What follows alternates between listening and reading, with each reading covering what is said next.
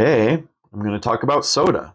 I'm going to try these two sodas, and I'm going to give you some interesting facts about soda while I'm at it. The first one is this raspberry zero sugar Pepsi. I like raspberry. I like zero sugar. I don't really like Pepsi. We'll see. This one is a strawberry Coke. It's full sugar Coke, strawberry flavored. I like Coke. I don't like full sugar and strawberry. So we'll see which one wins. But while I'm doing that, I'm also going to tell you some interesting facts about soda. And the first one is that soda as a carbonated drink really started as a medicine, not as a drink.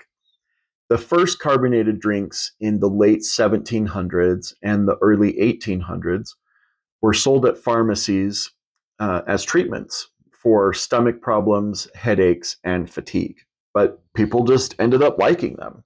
And they turned from medicine to something somebody bought just because they were thirsty.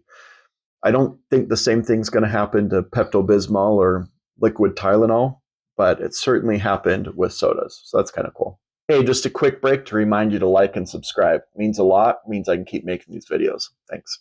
The second interesting fact is that Coca-Cola, I mean, you might have heard that Coke used to use part of the cocaine plant in its soda, and that's true. But what you might not know is that Coca-Cola still uses the cocaine plant. They use leaves from the coca plant, and the leaves are legally imported to the US and they're chemically decoconized, right? They remove that illicit substance before being used in Coke's flavoring. So it's kind of interesting they still use it. Let's try Coke. This Coke from China, strawberry flavored, full sugar Coke. And I'm intrigued, to say the least. All right, here goes. Whoa, that's strange. It tastes like Coke, but something wrong with it. You know what I mean? It's like Coke accidentally spilled something on itself. You know? Let's try it again, see if I get more of that strawberry flavor. It's odd. I don't necessarily taste strawberry. Um, to me, it's kind of like you had a strawberry shortcake doll, you know, the kind you could scratch and sniff, and it smelled like essence of strawberry, and you spilled some Coke on it, and then you sucked the Coke out of its wet hair. That's kind of what it tastes like to me. Now, that might sound like a bad thing, but I'm not necessarily saying it's bad. I'm just saying it's not super strawberry, and it's not super Coke. It's well, kind of like a mistake. Not my favorite, but also not bad. I'd sit there and drink it, you know, if I didn't really have other options. Well, speaking of other options, were you aware that Dr. Pepper is older than Coca-Cola? It was actually around first. It was first served, meaning Dr. Pepper, in 1885. And Coca-Cola actually came a year later in 1886. So Dr. Pepper's older. It's the OG. Who knew? Speaking of other alternatives, Fanta was actually invented in Nazi Germany, surprisingly. During World War II, German bottlers couldn't get Coca-Cola syrup. It just wasn't available to them because of the war. And they needed something to keep their people happy. Their people like soda. And so they actually created Fanta by using leftover fruit scraps and whey. I'd imagine the original Fanta is quite different from what we can find now. But that's the origin story of Fanta, created in Nazi Germany as a substitute for Coca-Cola using what they had, which happened to be scraps of fruit and whey. Whey, of course, coming from dairy products. So anyway, be interested to try that. Something else you might not know is that 7-Up originally contained lithium. Lithium, you know, you'll find in batteries. You'll also find it in medications, you know, antipsychotic medications, things like that. And from 1929 to 1950, it included lithium citrate. It's, like I said, lithium citrate is a mood stabilizing drug that's used in psychiatric medicine. There's even a song by Nirvana called Lithium about his bipolar disorder and how he used that. So, I don't think they use 7-Eleven as a medication as such to treat psychiatric disorders.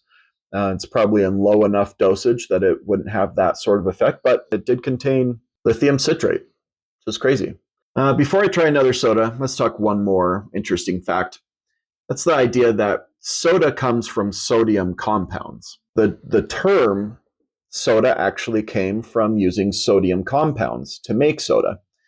Early soda water was created using sodium carbonate or sodium bicarbonate, which is essentially baking soda. But that's where the term soda came from, is from the use of soda to create a carbonated drink. And that would certainly be good for your stomach. When you take just a tiny bit of baking soda, sodium bicarbonate, it gets rid of heartburn almost instantly. And it can be used for a lot of other indigestive issues, though I'm no doctor, so don't go taking my advice on there. Do your own research. But let's try this soda. This is Pepsi Zero Sugar Raspberry flavor, again from China. And I don't like Pepsi, like I said, but I like Zero Sugar and I like raspberry more than I like strawberry. So I have high hopes. Let's give it a try. Ooh, you kind of get essence of both when you smell it.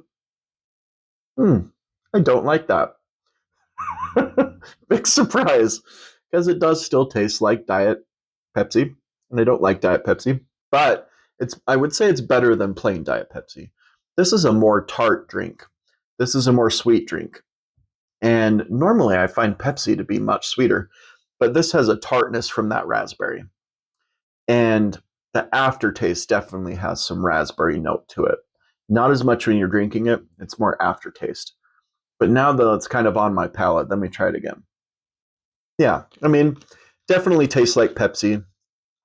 And then you get sort of a hint of raspberry. It reminds me of when you get Coke or Pepsi that have the lime or lemon in it, and it's sort of an accompaniment to the soda. And so I think they did a better job of that than Coke did with that strawberry. That being said, I just don't like Pepsi. Don't take my word for it. Maybe try it yourself. But the raspberry flavor is nice. I like that. So, some more facts. I've got 4 more to lay on you. The first is that Mountain Dew was originally invented as a mix-in for whiskey. It was not designed to be a soda. It was a mix-in. And it was designed in the 1940s to pair specifically with Tennessee whiskey. I don't know if anyone still does that or if it was ever successful in that capacity.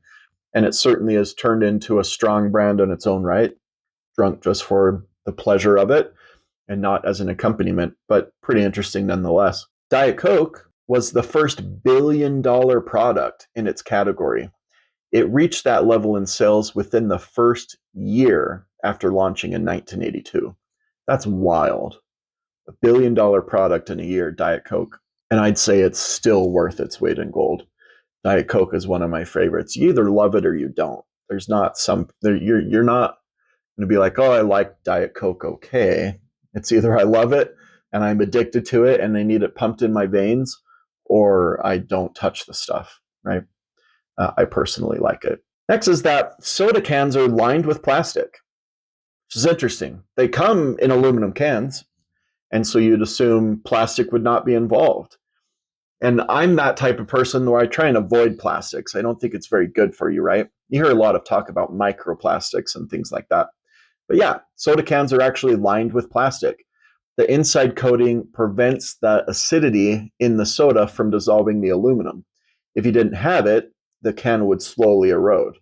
Now, I don't know how long that would take, and if it was just on a shelf for a period of time, if that would happen. But nevertheless, it's lined with plastic to prevent erosion. If it erodes aluminum, makes you wonder what it's doing to your insides, right? But I'd rather not think of that. I'd rather pickle my insides and be happy drinking soda than not.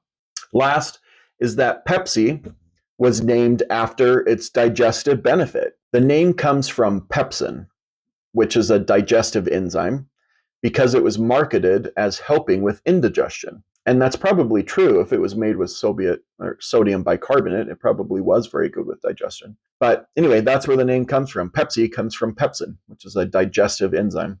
Anyway, I hope you found these facts as interesting as I did. I hope you'll take the chance to find these sodas, give them a test of your own.